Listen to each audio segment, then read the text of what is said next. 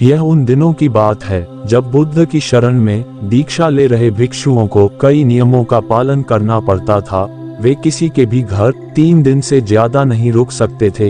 ये नियम स्वयं बुद्ध ने बनाया था। उद्देश्य ये था कि उनकी सेवा में लगे लोगों को किसी तरह की कोई तकलीफ न हो।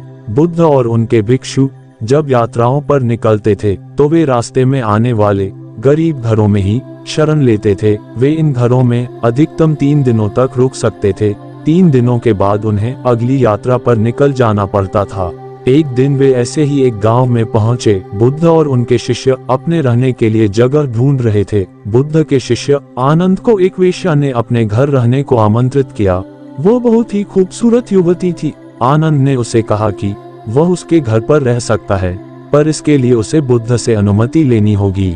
क्या तुम्हें इसके लिए सचमुच अपने गुरु से अनुमति लेनी होगी? युवती ने पूछा। नहीं, मैं जानता हूँ कि बुद्ध मेरी बात मान जाएंगे, पर उनसे पूछना एक रिवाज है।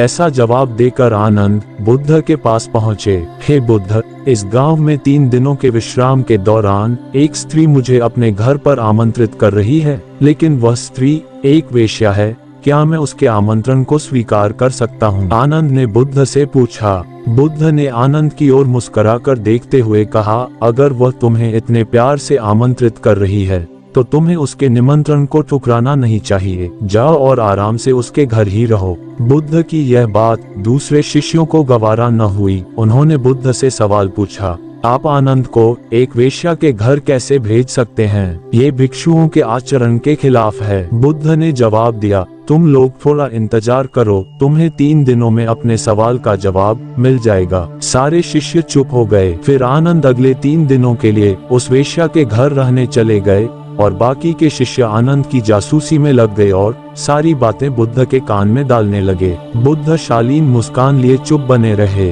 पहले दिन वेश्या के घर से आनंद और महिला के गाने की आवाज आई।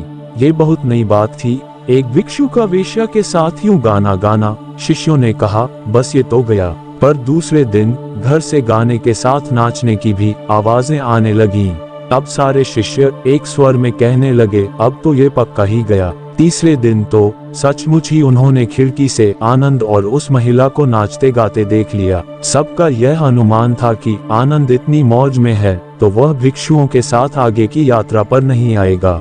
अगले दिन सभी भिक्षु कानाफूसियों के बीच चौक पर जमा हुए। सभी ने आनंद के आने की उम्मीद छोड़ दी थी। सभी सोच रहे थे कि वह इतनी सुंदर स्त्री का साथ छोड़ भिक्षुओं के साथ क्यों आएगा, परंतु तभी सबने आनंद को एक सुंदर स्त्री के साथ अपनी ओर आते देखा। वह सुंदर स्त्री एक महिला भिक्षुक का रूप धरे हुए थी। बुद्ध उसे देखकर मुस्कुरा रहे थे, जबकि बाकी विस्मित होकर खुले मुंह से आनंद और उस महिला भिक्षुक को ताक रहे थे। बुद्ध ने आनंद की पीठ पर हाथ रखते हुए भिक्षुओं को संबोधित किया, अगर खुद पर भरोसा है तो आपको कोई भ्रष्ट नहीं कर सकता, बल्कि अगर आपका चरित्र बलवान है तो आप भ्रष्ट को भी चरित्रवान बना सकते हैं।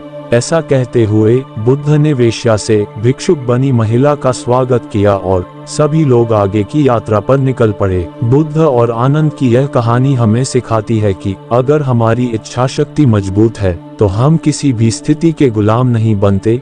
ये बहुत मजेदार बात है कि खोट तो हमारे अपने दिल में होता है और शक हम दूसरों पर करते हैं। अपने दिल को साफ रखेंगे तो दुनिया भी हमें साफ नजर आएगी। इसी प्रकार और ज्ञानवर्धक वीडियो देखने के लिए वीडियो को लाइक और चैनल को सब्सक्राइब करें। मिलते हैं कल। बाय।